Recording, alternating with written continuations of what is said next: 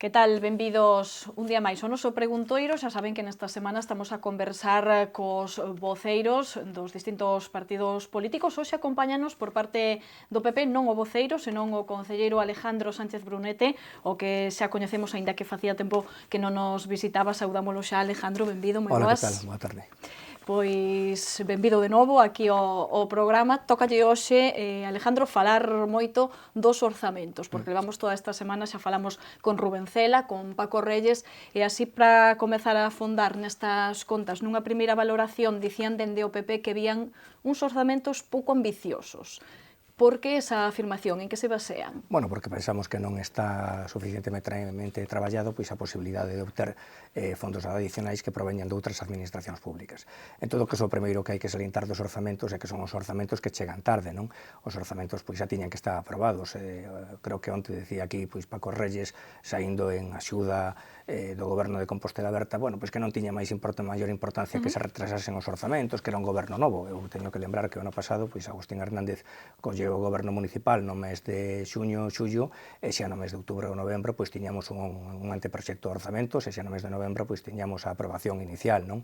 De tal xeito pois que non hai moita excusa. O que sucede que este é un goberno pois que traballa a un ritmo lento e, por lo tanto, evidentemente, pois ao mellor non se pode agardar que un de xaneiro se traballan a ese ritmo lento, pois estean os orzamentos xa aprobados, non? Por lo tanto, o primeiro que temos, digamos, que denunciar ou que lamentar é que cheguen tarde. Isto é problemático, porque aínda que se poden prorrogar os orzamentos do ano pasado, que eran os orzamentos do PP, non se poden prorrogar pois en todos os seus extremos, non se poden prorrogar, por exemplo, pois as partidas dedicadas á inversión, e, por lo tanto, por iso é necesario que os orzamentos pois se aproben no prazo indicado. Por lo tanto, tamén o primeiro que lle pediríamos ao goberno é que tramite en termos políticos este anteproxecto de orzamentos pois coa maior diligencia e tamén coa maior transparencia.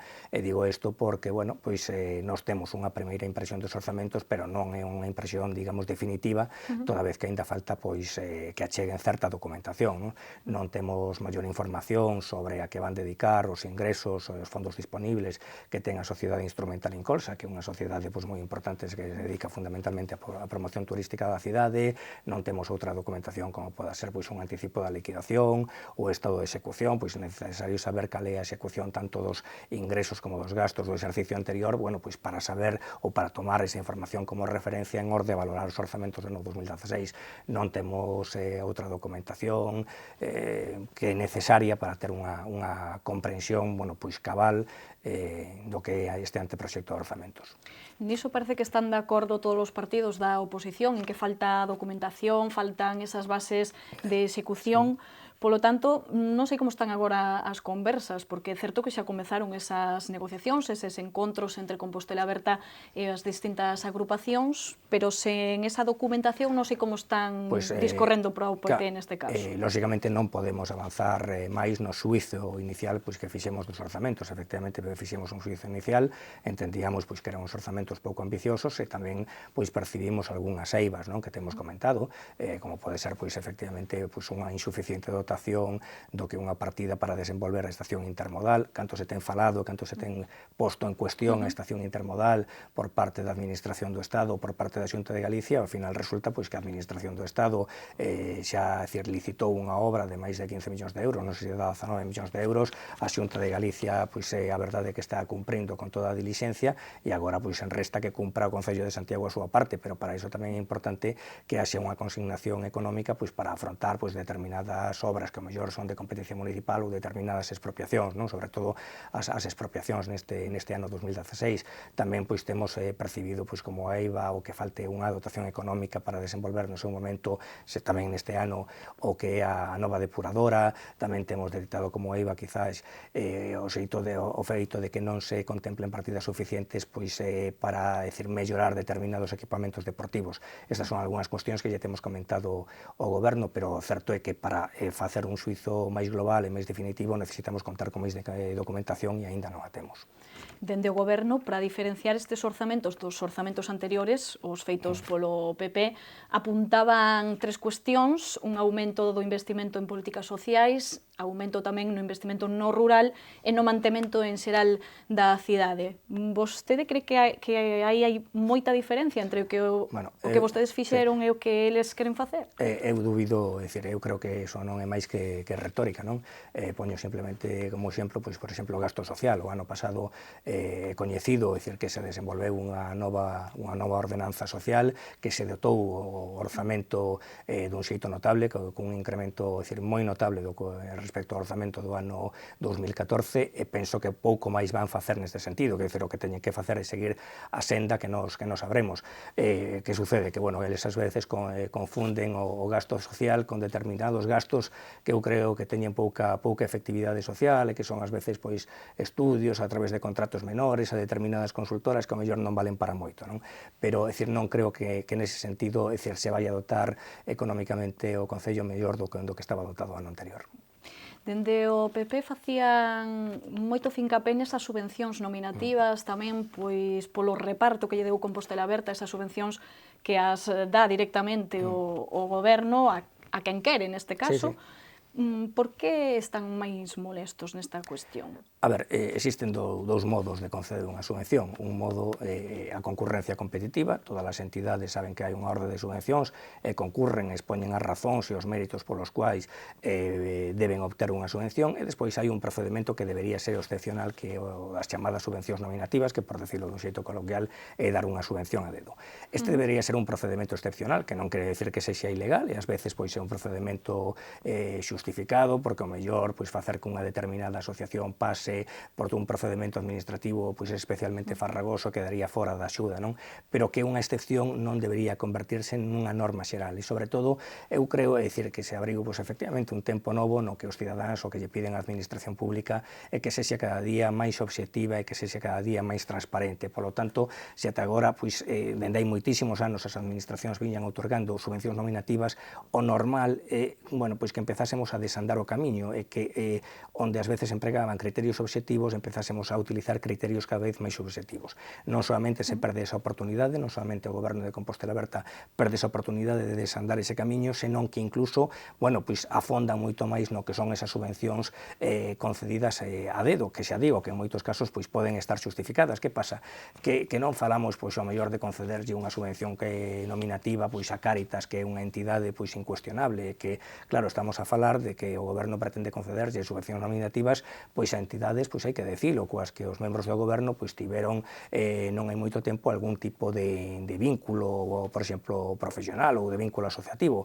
Isto que fai é trasladar unha imaxe de favoritismo ou unha imaxe de subxetividade excesiva, non? Cree, polo tanto, que é cuestionable ese reparto, cando é certo que tamén cando o PP facía esas subvencións, tamén lle caían, neste caso, por decirlo así, críticas. Sí, pero nós fomos os primeiros en decir que, evidentemente, había que comenzar a desandar ese camiño e a pasar da subxetividade á obxectividade. Non solamente non se fai, senón que se incide moito máis neses criterios obxectivos. E despois é unha cousa moi chamativa, que o propio grupo de Compostela Aberta na Diputación da Coruña arremeta contra subvencións nominativas de outros partidos políticos ou formuladas por outros partidos políticos nos seus tempos de goberno, e que no Concello de Santiago non solamente non vai a menos, sino que vai a máis. É unha cousa certamente chamativa.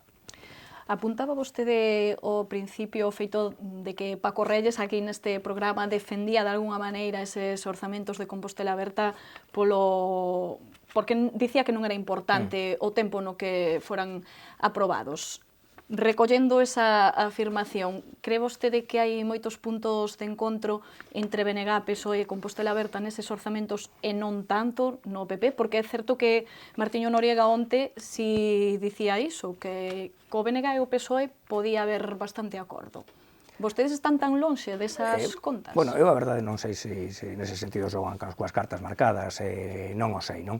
A verdade é que si resulta un pouco molesto que de algún xeito Compostela Aberta casi xa de inicio prexulgue marxine o PP dun posible acordo a respecto dos orzamentos, aínda que hai que deixar claro que evidentemente non son os orzamentos de PP, son os orzamentos de Compostela Aberta, e polo tanto sempre vai existir unha distancia considerable respecto aos mesmos, pero o que non se pode deslizar é a idea de que o PP é un partido menos disposto a considerar con obxectividade os orzamentos que o PSOE ou que o BNG. Vostede aboga, polo tanto, porque poida haber algunha coincidencia, non ao mellor totalmente, pero si se Bueno, poida chegar a certo consenso. O consenso vai ser complicado porque, xa digo, son os orzamentos de Compostela Aberta, non son os nosos orzamentos serían de seguro ben distintos e, polo tanto, vai existir unha distancia, pero o que sería importante é que a distancia que separa a posición do PP de Compostela Aberta, é dicir, non sei se a unha distancia sideral e podamos aproximar un pouco posturas, Que non sexa insalvable, non? Que non sexa insalvable, pero, bueno, evidentemente sempre vai haber unha distancia porque non son os nosos orzamentos. O que resulta curioso que, falando con Rubén Cela ou Paco Reyes, ás veces eles afirman que Compostela Aberta parece un pouco continuista das políticas do PP, algo que para eles é decepcionante. Vostedes supoño que non o verán así, tan continuistas. Nós evidentemente non vemos que Compostela Aberta sexa continuista das políticas do PP, é dicir, nin en materia orzamentaria, nin prácticamente en nada. O que sucede que, bueno, que hai dinámicas administrativas que, lóxicamente, están por riba da cor política, e esas dinámicas se siguen desenvolvendo, pero, vamos, non entendemos que Compostela Aberta siga a senda marcada polo PP, particularmente pois polo goberno de Agustín Hernández, non? Eu, por exemplo, pois estou francamente sorprendido do comportamento de Compostela Aberta en orde o que son os contratos menores, os contratos que se poden otorgar a dedo cando a cuantía non supera, por exemplo, nos contratos de servizos os 18.000 euros. Eu, a verdade, é que estou sorprendido a lixereza coa que outorgan ou aproban esos contratos que, dende logo, non ten nada que ver co rigor e coa objetividade coa que traballaba o goberno do PP de Agustín Hernández. Despois de valorar un pouco estes orzamentos, non sei se hai algunha cuestión en concreto que para vostedes hai que cambiar radicalmente desas contas.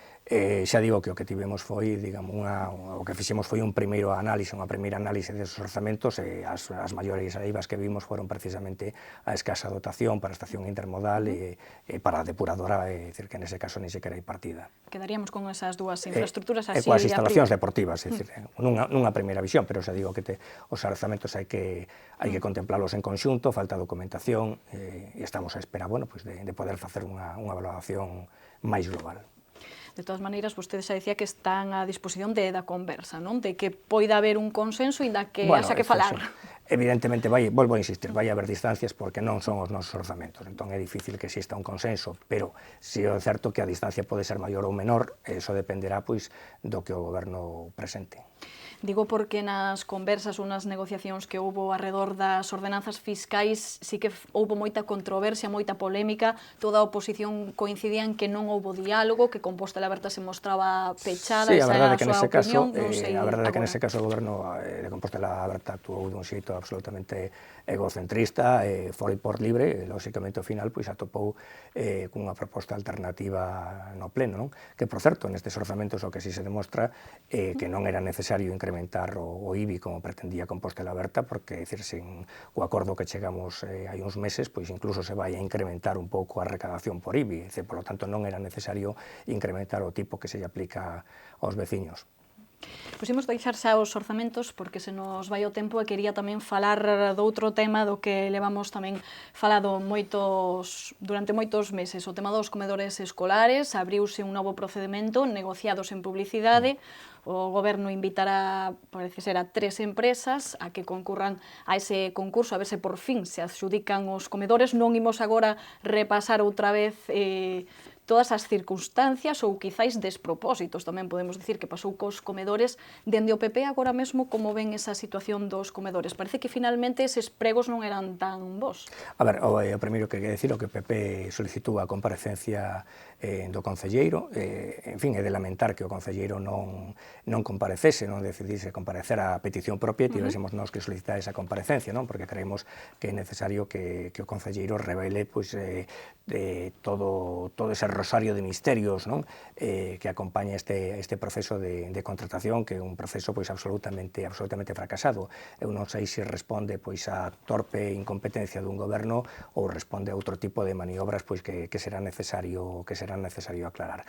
O certo é, en fin, sen querer causar ningún tipo de alarma, o certo que a día de hoxe, en contra do que di o goberno municipal, o servizo de comedores non está garantido, non? Porque a día de hoxe pois, non hai un contrato que nos vincula a ninguna empresa. É certo que é unha empresa que presta o servizo, pero non sabemos en que condicións presta ese servizo, non sabemos cales son as súas obrigas, dubidamos moito que o Concello teña ningún mecanismo de control sobre a prestación dese servicio, non coñecemos ningún tipo de garantía, non sabemos a que precio, non sabemos absolutamente nada. Despois, en todo o que é o proceso contractual hai moitísimas sombras, hai cuestións que o Concello, concretamente o Concelleiro, pois teñen que aclarar, precisamente por iso pois, solicitamos a súa comparecencia. Hai unha opinión que está na rúa, moitas veces a xente fala, se non lle pasara ao goberno esta situación, a este goberno de Compostela Aberta, se lle pasara a calquera outro partido, especialmente o PP, estaría a cousa tan tranquila, tan calmada? Non sei se vostedes, dende o partido, teñen esa sensación de que se foran vostedes sufrirían un pouco menos cun linchamento? Pois vaya se a temos, non? É dicir, eu non desexo que esta situación lle aconteza a ninguén, sobre todo porque o feito de estar sin contrato, pois ao final a quen intranquiliza e aos pais, lóxicamente tamén pode perjudicar gravemente tanto aos pais como aos nenos. Non o desexo, pero ás veces digo, carai, a sorte, entre aspas, que ten o goberno de Compostela Aberta, non? Porque se realmente pois isto lle sucedera ao Partido Popular, pois eu supoño que estaríamos todos linchados, pero bueno, é un prezo engadido que temos que pagar pois ás veces os responsables do Partido Popular por estar en política, que creo que se nos exixe, que se nos exixe moito máis do que se exixe aos outros, non? Pero é unha cousa certamente curiosa, pois, en fin, que algún líder social que foi absolutamente duro e implacable co Partido Popular nos últimos anos, ante este problema ou ante este problemón, pois teña unha actitude absolutamente silente ou connivente ou comprensiva. Fala vostede do lado dos pais e nais. Bueno, dos pais e nais non, falarei en todo caso dun señor pois que debe representar os pais e nais, pero vamos, non dos pais e nais.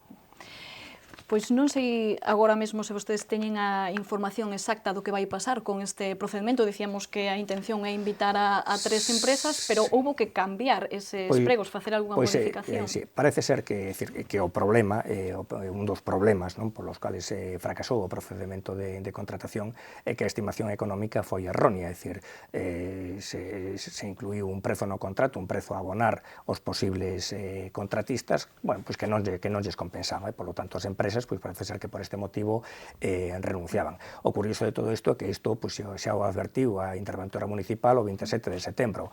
Pois parece ser que o goberno pois nin sequera liu o papel, non? Porque non deben ter por costume nin sequera ler as advertencias que lle fai pois a interventora ou que lle fai o secretario.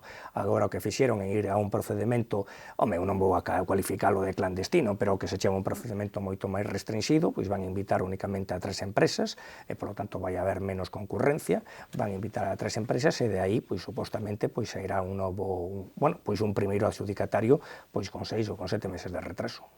Non teño moi claro se vai haber mesa de contratación con representación do resto de partidos ou se vai a ser totalmente cousa do goberno. O que pasa é que a mesa de contratación o que fai é simplemente comprobar unha serie de extremos, comprobar pois, que as empresas que optan a prestar o servicio presenten a documentación, pouco máis, as ofertas pois as valora un técnico e os membros dos partidos políticos pois ao mellor facemos unha serie de preguntas, pois para que se nos aclaren unha serie de dúbidas, pero a responsabilidade de todo o proceso non é da mesa de contratación, é da Xunta Local de Goberno, que ao final é quen aproba os plenos, quen invita a unhas empresas e non a outras.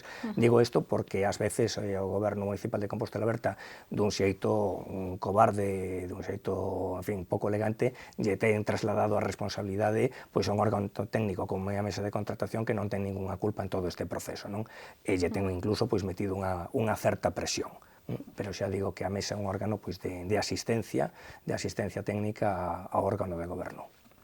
Pois deixamos xa o tema dos comedores escolares, vou cambiar radicalmente de ámbito, vou ir ao pleno, porque é certo que se levan nesta legislatura uns plenos que duran moitas horas, moi extensos, podemos dicir.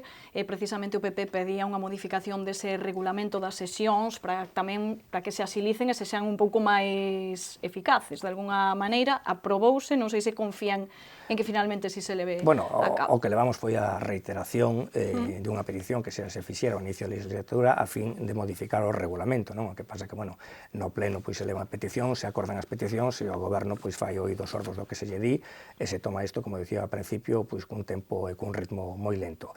É necesario cambiar o regulamento pois para facer o pleno pois moito máis dinámico. A min non me causa ningún problema estar 6 horas no pleno, pero é certo pois que ao final o pleno é pouco operativo, porque eu penso que o pleno que ten que desenvolver ou que garantir que se cumpla unha función de control do goberno, non pode ser un pleno filibustero no sentido de que o goberno fale horas e horas e horas e horas e non dé resposta a nada nin se comprometa a nada. Por lo tanto, hai que mellorar o regulamento pois para que haxa pois máis tempo para as preguntas, que as preguntas poidan ter dúplicas ou poidan ter réplicas, facer algo pois moito máis operativo que incluso pois ese tamén máis susceptible de ser visto e de ser seguido pola opinión pública.